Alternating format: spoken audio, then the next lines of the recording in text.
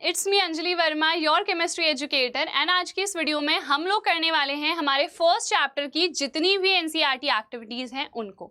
तो यार सबसे पहली हमारी जो एक्टिविटी है एक्टिविटी 1.1 उसको देख लेते हैं। This is very simple. सबसे पहले क्वेश्चन है, यानी कि हम लोगों को ये चीज़ ध्यान में रखनी है, ठीक है, कि ये एक्टिविटी को टीचर्स की असिस्टेंस की रिक्वायरमेंट है, क्योंकि यहाँ पर थोड़ी सी बर्निंग वगैरह हम कर रहे हैं, ठीक है। It would be better if students wear suitable eye glasses, क्योंकि यहाँ पर एक डैजलिंग फ्लेम भी हमको देखने को मिलती है। तो क्या करते हैं हम यहाँ पर मैग्नीशियम रिबन लेते हैं, इसको हम सबसे पहले रब करते हैं with the help of a sand paper. क्यों? क्योंकि मैग्नीशियम जो मेटल होता है काफ़ी रिएक्टिव होता है, तो पहले से ही आसपास के ऑक्सीजन के साथ रिएक्ट करके बैठा होता है और इसके बाहर से ना मैग्नीशियम ऑक्साइड की लेयर एक बनी होती है। तो इस लेयर को रिमूव करने के लिए हम सैंड पेपर की हेल्प से उसको रब करते हैं, ठीक है। Hold it with a pair of tongs, burn it using a spirit lamp or burner and collect the ash so formed in a watch glass as shown in this figure। ये है हमारे पास फिगर, ठीक है। तो यहाँ पर हमने क्या करा है, एक बर्नर लिया है, मैग्नीशियम रिबन लिया है, देन हम इसको बर्न कर रहे हैं और यहाँ पर ऐश कलेक्ट हो रही है वॉच ग्लास में, ठीक है। उसके बाद burn the magnesium ribbon keeping it away as far as possible from your eyes, क्योंकि यहाँ पर फ्लेम भी प्रोड्यूस होती है। What do you observe? Observation क्या है? तो बहुत सिंपल ऑब्जर्वेशन है। देखो, जो मैग्नीशियम रिबन है उसको बर्न कर रहे हो, बर्निंग, कंबशन, ये सब कुछ ऑक्सीजन के साथ ही होता है। तो ऑक्सीजन के साथ रिएक्शन हुई, मैग्नीशियम ऑक्साइड का पाउडर यहाँ पर बना और इसका कलर क्या होता है? इसका कलर होता है वाइट, ठीक है। तो यहाँ पर देखो, ये ऐश जो कलेक्ट हो रही है ना, this is white in colour. तो हमारा ऑब्जर्वेशन क्या है? सबसे पहले तो वाइट कलर का पाउडर या फिर हम कहें ऐश कलेक्ट होता है। ऑल्सो यहाँ पर अभी मैंने बताया था फ्लेम देखने को मिलती है, तो उसका कलर क्या है? That is also dazzling white in color। So dazzling white colour की हमें फ्लेम देखने को मिलती है, along with that यहाँ पर white कलर का ऐश या फिर पाउडर भी फॉर्म होता है। क्लियर? तो फर्स्ट एक्टिविटी डन, बहुत सिंपल थी। एक्टिविटी 1.2, हम लेड नाइट्रेट सोल्यूशन लेंगे एक टेस्ट ट्यूब में। देखो, लेड नाइट्रेट होता है PbNO3 होल्ड वाइज, ठीक है। इसमें क्या ऐड करेंगे? पोटेशियम आयोडाइड, ठीक है। दोनों को मिक्स करेंगे तो ऑब्जर्वेशन क्या होगा? सबसे पहले आपको पता है यहाँ पर एक डबल डिस्प्लेसमेंट रिएक्शन होगी, ये लेड आयोडाइड के साथ आ जाएगा, तो लेड आयोडाइड बन जाएगा और KNO3 फॉर्म होगा, ठीक है। तो इसको बैलेंस कर लेते हैं, इस तरीके से हमारी बैलेंसिंग हो जाएगी। अब ये एक डबल डिस्प्लेसमेंट रिएक्शन के साथ साथ एक प्रेसिपिटेशन रिएक्शन भी है, तो यहाँ पर एक प्रेसिपिटेट बनता है जो कि है लेड आयोडाइड। लेड आयोडाइड का येलो कलर का प्रेसिपिटेट यहाँ पर फॉर्म होता है। तो हमारा ऑब्जर्वेशन क्या होगा? ऑब्जर्वेशन ये होगा कि yellow coloured precipitate is formed of lead iodide, ठीक है। इस तरीके से देखो, ये है लेड आयोडाइड, ये प्रेसिपिटेट बन रहा है। प्रेसिपिटेट क्या होता है? इनसॉल्यूबल सब्सटेंस, जो कि बॉटम पे आके इस तरीके से कलेक्ट हो जाता है, ठीक है। क्लियर है? तो बस ये एक्टिविटी भी हो गई।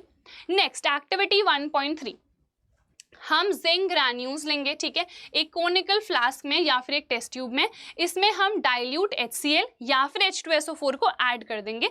फिगर भी यहाँ पर गिवन है इस तरीके से, ठीक है। जिंक ग्रैन्यूल्स लिए, उसमें हमने डाइल्यूट सल्फ्यूरिक एसिड या फिर HCl ऐड कर दिया। उसके बाद इस तरीके का हमने यहाँ पर सेटअप लगा रखा है, यहाँ पर गैस इवॉल्व होती है, ठीक है, रिएक्शन के बाद। तो हमसे यही पूछा गया है, क्या हम कुछ ऑब्जर्व यहाँ पर कर रहे हैं happening around the zinc granules, touch the conical flask और test tube, is there any change in its temperature. तो सबसे पहले मैं रिएक्शन लिख के बता देती हूँ। यहाँ पर अगर हम सल्फ्यूरिक एसिड लेट सपोज ले रहे हैं, तो रिएक्शन क्या होगी?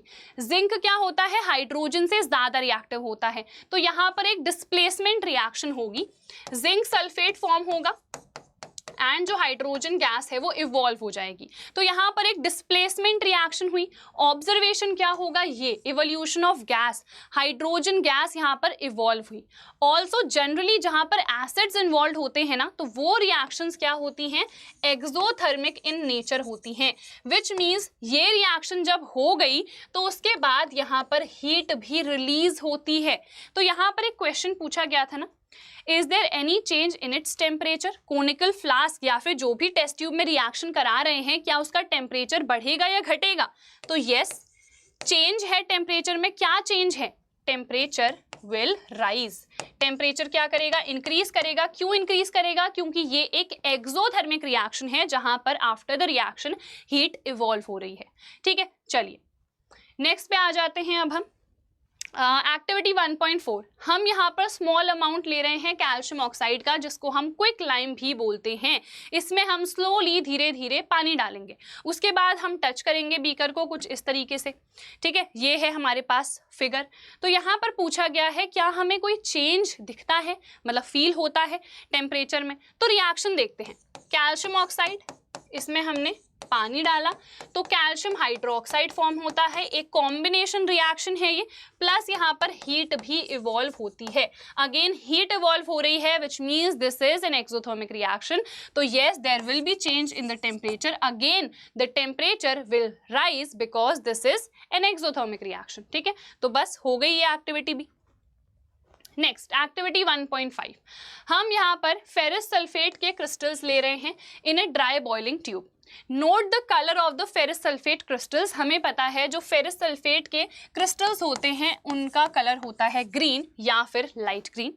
फिर हम इसको हीट कर रहे हैं over flame of a burner, कुछ इस तरीके से। देखो यहाँ पर हम हीट कर रहे हैं एंड हमेशा जो टेस्ट ट्यूब है ना, उसका जो मुंह होता है, जो माउथ है टेस्ट ट्यूब का, अपने पास नहीं रखते हैं। देखो अपने मुंह से दूर रखा है। क्यों, क्योंकि रिएक्शन के बाद गैसेस भी इवॉल्व होती हैं। वो गैसेस हम इनहेल ना कर लें, इसीलिए हम हमेशा ही जो टेस्ट ट्यूब का माउथ होता है ना, उसको दूसरी डायरेक्शन में रखते हैं। ठीक है, तो ये हो गया। Observe the colour of the crystals after heating. तो बहुत सिंपल है। देखो फेरस सल्फेट हमने लिया, ठीक है, इसका कलर क्या था, ग्रीन था। जैसे ही हमने इसको हीट करा, स्ट्रांगली हीट करते हैं हम इसको, है ना। स्ट्रांगली जब आप इसको हीट करोगे तो इसका हो जाएगा थर्मल डिकम्पोजिशन, क्योंकि हीट कर रहे हैं सो थर्मल, और ये टूट रहा है 3 प्रोडक्ट्स में, इसीलिए डिकम्पोजिशन। तो यहाँ पर 3 प्रोडक्ट्स बनते हैं ये। ठीक है, 2 गैसेस यहाँ पर देखो इवॉल्व होती हैं। जो हमारे पास सल्फर डाइऑक्साइड गैस है ना, इसकी काफ़ी पंजेंट स्मेल होती है, इसीलिए हम इसको अपने नोज के टुवर्ड्स तो बिल्कुल नहीं रखते हैं। ठीक है, इस तरीके से हम इसको बैलेंस कर लेंगे। अब जो कलर चेंज है वो क्या होगा, पहले कलर क्या था, ग्रीन। अब जैसे ही डिकम्पोजिशन हो गया तो यहाँ पर फेरिक ऑक्साइड बन गया, जिसका कलर होता है रेडिश ब्राउन। ठीक है, इसका कलर क्या है, रेडिश ब्राउन है। तो विच मीन्स हमसे कलर चेंज पूछा गया था और वो कलर चेंज मैंने यहाँ पर बता दिया है। ठीक है, चलिए नेक्स्ट पे आ जाते हैं हम। 1.6 हम यहाँ पर लेड नाइट्रेट का पाउडर ले रहे हैं। अगेन हमें वही चीज़ करनी है, हमको इसको हीट करना है और अपना ऑब्जर्वेशन बताना है। तो सेम वही चीज़ होती है, यहाँ पर भी क्या होगा, यहाँ पर भी डिकम्पोजिशन हो जाएगा, और कौन सा वाला, सो थर्मल डिकम्पोजिशन ही होगा। यहाँ भी 3 प्रोडक्ट्स बनते हैं, लेड ऑक्साइड, नाइट्रोजन डाइऑक्साइड और ऑक्सीजन। ठीक है, तो इसको हम बैलेंस कर लेते हैं इस तरीके से। अब यहाँ पर क्या ऑब्जर्वेशन है हमारे, सबसे पहले इसका कलर क्या होता है, इसका कलर होता है वाइट। ठीक है, जैसे ही इसका क्या होता है, थर्मल डिकम्पोजिशन होता है, लेड ऑक्साइड बनता है जो कि येलो कलर का होता है। ठीक है, येलो कलर का सॉलिड होता है ये। Along with that nitrogen dioxide gas यहाँ पर क्या हो रही है, रिलीज। इसके ब्राउन कलर के फ्यूम्स बनते हैं। तो यहाँ पर मेनली 2 ऑब्जर्वेशन है, इवन यहाँ पर 2 ऑब्जर्वेशन थे। यहाँ पर भी तो मैंने बताया ना, ये पंजेंट स्मेलिंग गैस होती है, पंजेंट ओडर होती है इसकी। कलर तो इसका एज सच कुछ नहीं होता है, ठीक है, बट यहाँ पर ओडर होती है और ये कलर चेंज है। यहाँ पर दोनों ही हमारे पास नहीं, एक कलर चेंज है और दूसरा अगेन यहाँ पर हमारे पास कलर ही है। ठीक है, यहाँ पर ओडर नहीं है, यहाँ पर कलर है। दोनों कलर, यहाँ पर क्या था, एक ओडर और एक कलर था। समझ में आ गया। तो ये 2 चेंजेस हमको यहाँ पर बताने थे। तो ये रही हमारी एक्टिविटी और इस एक्टिविटी का डायग्राम। अब ये जो एक्टिविटी 1.7 है, दिस इज इम्पॉर्टेंट। ठीक है, ये वाली अच्छी है। बाकी तो हमने पहले ही एनसीईआरटी में देखी है, वैसे मैंने ये भी एक्सप्लेन कराई है, but still this is important, इसको अच्छे से देख लेते हैं। ठीक है, ये बहुत कुछ लिखा है बट इसको मैं इग्नोर करके डायरेक्टली डायग्राम की हेल्प से आपको एक्सप्लेन करूंगी। बहुत सिंपल है। हमने एक प्लास्टिक का मग ले रखा है, ठीक है, इसके बॉटम पे 2 हमने होल्स करे, देन हमने रबर स्टॉपर इंसर्ट करा एंड यहाँ पर हमने इलेक्ट्रोड्स इंसर्ट कर रखे हैं। ठीक है, है, दो इलेक्ट्रोड्स में से एक क्या होता है, एनोड, और दूसरा क्या होता है हमारे पास, कैथोड। कैथोड क्या होता है, नेगेटिव इलेक्ट्रोड होता है, और जो एनोड होता है वो पॉजिटिव इलेक्ट्रोड होता है। तो ये positive terminal of the battery से जुड़ा होता है और ये negative terminal of the battery से जुड़ा होता है। ठीक है, पूरा हमने यहाँ पर वायर्स के हेल्प से सेटअप कर रखा है, एक बैटरी यहाँ पर लगा दी है। देन हमने दो टेस्ट ट्यूब्स ली, ये इलेक्ट्रोड्स के ऊपर उसको इन्वर्ट करके रख दिया, ठीक है, उल्टा करके रख दिया, और यहाँ पर हमने पानी डाल दिया। पानी तो लेते ही हैं, बट पानी के साथ साथ इसमें हम थोड़ा सा एसिड भी डाल देते हैं, डाइल्यूट सल्फ्यूरिक एसिड इसमें हम डालते हैं। क्यों डालते हैं, क्योंकि हमें पता है पानी इलेक्ट्रिसिटी का उतना अच्छा कंडक्टर नहीं होता है, तो इलेक्ट्रिकल कंडक्टिविटी को बढ़ाने के लिए हम यहाँ पर एसिड भी डाल देते हैं। एसिडिफाइड वाटर हम यहाँ पर लेते हैं, ये भी हम बोल सकते हैं। ठीक है, फिर हम क्या करेंगे, बैटरी ऑन करेंगे। ठीक है, तो कंप्लीट सेटअप हो रखा है, तो पानी से इलेक्ट्रिसिटी पास होगी, तो इलेक्ट्रोलिसिस यहाँ पर होगा। ठीक है, पानी का इलेक्ट्रोलिसिस हो जाएगा, रिएक्शन क्या होगी, देखो पानी के थ्रू हमने इलेक्ट्रिसिटी पास करी, तो पानी किससे मिलके बना है, हाइड्रोजन और ऑक्सीजन, तो ये इसी में क्या हो जाएगा, डिकम्पोज हो जाएगा। इसको हम इलेक्ट्रोलिटिक डिकम्पोजिशन भी बोलते हैं या फिर सिंपली इलेक्ट्रोलिसिस बोलते हैं। सो इसको मैं बैलेंस कर लेती हूँ, देखो 2 ऑक्सीजन है, 2 यहाँ पर आ जाएगा, और यहाँ पर 4 हाइड्रोजन हो गए, तो यहाँ पर भी। अब देखो इस रिएक्शन से मुझे क्लियरली समझ में आ रहा है कि हाइड्रोजन और ऑक्सीजन इनका जो वॉल्यूम मिलता है, जो वॉल्यूम ऑब्टेन होता है ना, वो होता है 2:1। क्यों होगा, क्योंकि there are 2 parts of hydrogen in water and 1 part of oxygen in water. H2O के मॉलिक्यूल को अगर मैं देखूं तो हाइड्रोजन के कितने एटम्स हैं, 2, हाइड्रोजन के कितने पार्ट्स हैं, 2, ऑक्सीजन का कितना पार्ट है, 1। तो किस रेशियो में वॉल्यूम हमें इनकी मिलेगी, 2:1 में ही तो मिलेगी ना। तो यहाँ पर भी वही चीज होती है। देखो सबसे पहली चीज एक और मैं इसको डिटेल में एक्सप्लेन कर देती हूँ। एक्चुअल में जब इलेक्ट्रोलिसिस होता है ना, तो ये आयनाइज होता है H+ और OH- में। ठीक है, अब हमें पता है 2 इलेक्ट्रोड्स हैं, एक है कैथोड, दूसरा है एनोड, है ना। कैथोड अभी हमने कहा कि नेगेटिव इलेक्ट्रोड है, कैथोड पे क्या जाता है, कैटायन, कैटायन होता है पॉजिटिव वाला आयन, तो ये इधर पर आता है, ये एक इलेक्ट्रॉन को एक्सेप्ट करके हाइड्रोजन एटम में बदलता है। बट हमें पता है हाइड्रोजन जो है एटम के फॉर्म में एग्जिस्ट नहीं करता है, मॉलिक्यूल के फॉर्म में एग्जिस्ट करता है, तो यहाँ पर हमको हाइड्रोजन गैस मिलती है। सिमिलरली ये OH- जाता है कहाँ पर, एनोड पर, और यहाँ पर हमें ऑक्सीजन गैस ऑब्टेन होती है। तो देखो हमें क्लियरली कैथोड पर हाइड्रोजन गैस मिल रही है और एनोड पर ऑक्सीजन गैस मिल रही है। अगर मैं डायग्राम देखूं तो कैथोड पर ये देखो, ये वाला पार्ट, ये पार्ट ऑब्वियसली गैस का होगा ना, क्योंकि नीचे तो पानी है, ये पार्ट गैस का है और ये पार्ट गैस का है यहाँ एनोड पे। ये वॉल्यूम देखो कितनी कम लग रही है ना, ये बिल्कुल इसकी डबल है ये वाली वॉल्यूम। क्यों है, क्योंकि यहाँ पर कौन सी गैस है, यहाँ पर हाइड्रोजन गैस है, और अभी हमने क्या कहा, हाइड्रोजन और ऑक्सीजन का रेशियो कितना होगा, 2:1।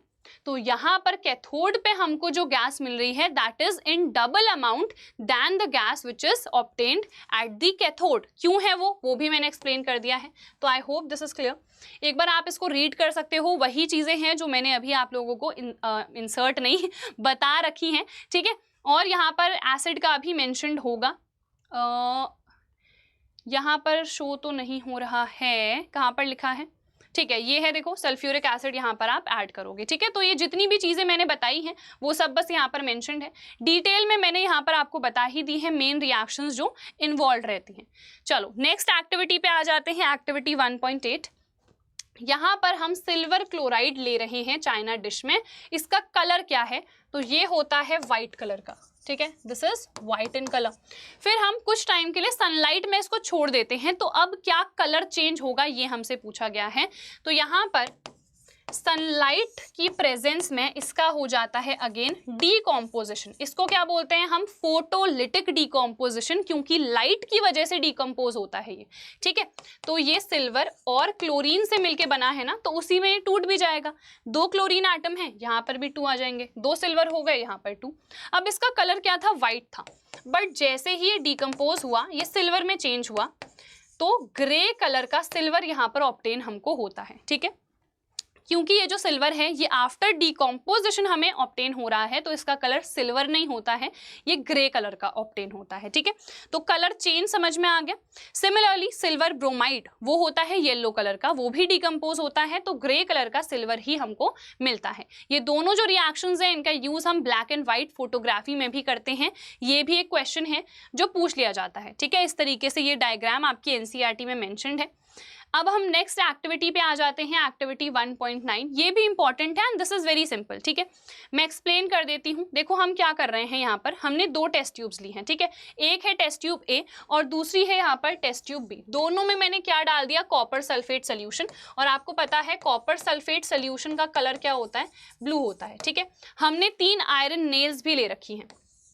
अब हम क्या करेंगे, देखो 2 आयरन नेल्स हम लेंगे और इनको इंसर्ट कर देंगे टेस्ट ट्यूब बी में, और जो एक आयरन नेल बची उसको अलग से ही रखेंगे, और टेस्ट ट्यूब ए में जो कॉपर सल्फेट है उसको भी अलग से रखेंगे, उनको आपस में इंसर्ट नहीं कराएंगे। ठीक है, तो हम कुछ देर के लिए क्या करेंगे, दोनों टेस्ट ट्यूब्स दोनों आयरन नेल्स को इस वाली टेस्ट ट्यूब बी में इंसर्ट हुए रखेंगे। उसके बाद हम देखेंगे कि आखिरकार क्या चीज़ हुई है।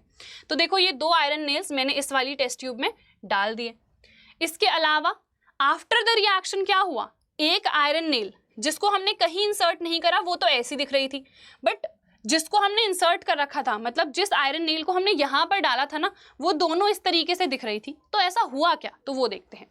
तो देखो आयरन नेल की रिएक्शन हो गई कॉपर सल्फेट के सोल्यूशन के साथ, क्योंकि आयरन कॉपर से ज़्यादा रिएक्टिव होता है। इसने क्या करा, कॉपर को डिस्प्लेस कर दिया, तो यहाँ पर फेरस सल्फेट फॉर्म हुआ और कॉपर हो गया डिस्प्लेस। तो इसका कलर क्या था, इनिशियली ब्लू। तो ये जो ब्लू कलर है ये चेंज हो गया हमारे ग्रीन में, लाइट ग्रीन कलर हमें यहाँ पर देखने को मिलता है। अलॉन्ग विद दैट यहाँ पर आप कहोगे ब्राउन कलर की कोटिंग क्यों आई है, क्योंकि जो कॉपर होता है वो रेडिश ब्राउन कलर का होता है। ठीक है, ब्राउन भी लिख सकते हो या फिर सिंपली रेडिश ब्राउन।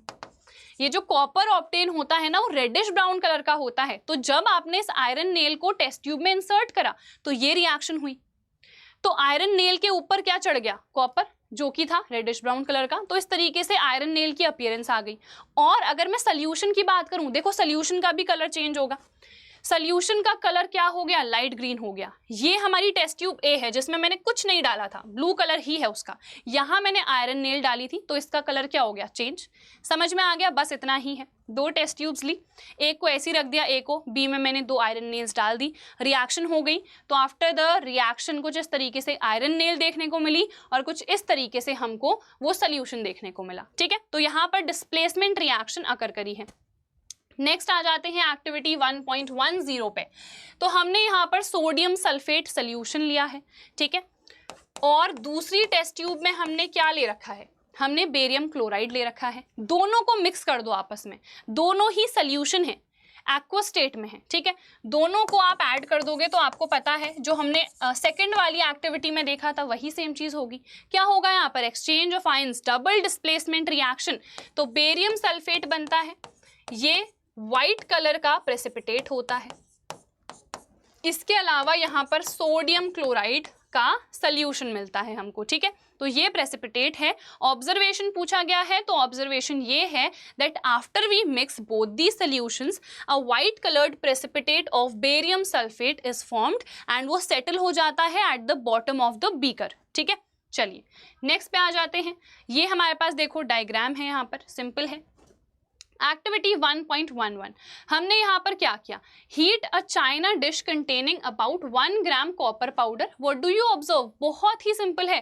देखो कॉपर को जब हम हीट करते हैं, हीटिंग, कंबशन, बर्निंग सब किसके साथ होगी, अभी बताया था स्टार्टिंग में फर्स्ट एक्टिविटी में, ऑक्सीजन के साथ। ठीक है, तो कॉपर की रिएक्शन जब हुई ऑक्सीजन के साथ तो यहाँ पर फॉर्म हो गया कॉपर ऑक्साइड। रिएक्शन को बैलेंस कर लेते हैं, 2 ऑक्सीजन 2 ऑक्सीजन, 2 कॉपर 2 कॉपर।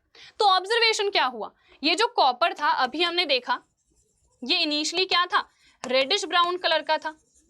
अब कॉपर ऑक्साइड की लेयर फॉर्म हो गई है जो कि ब्लैक कलर की होती है। सो कलर चेंज हो गया from reddish brown to black. ठीक है, इस तरीके से देखो हम हीट करते हैं। ये हमारी आखिरी एक्टिविटी थी। यहाँ पर एक और चीज आप समझो, अगर आप इस हीटेड सब्सटेंस के थ्रू हाइड्रोजन गैस को पास करोगे ना, सो ये जो ब्लैक कलर है ये वापस से रेडिश ब्राउन में चेंज हो जाएगा, क्योंकि यहाँ पर रिडक्शन हो जाएगा इसका।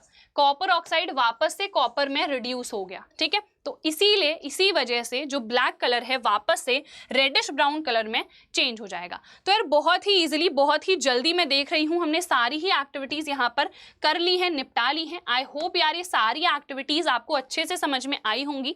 एंड द रीजन कि मैं इतनी जल्दी जल्दी इन एक्टिविटीज को करवा पाई और आप लोग समझ पाए वॉज दैट कि ये सारी चीजें ऑलरेडी जब हम चैप्टर पढ़ रहे थे तो हमने कर ली थी। इनमें से कोई भी एक्टिविटी हमने नहीं छोड़ी थी जब हम चैप्टर पढ़ रहे थे।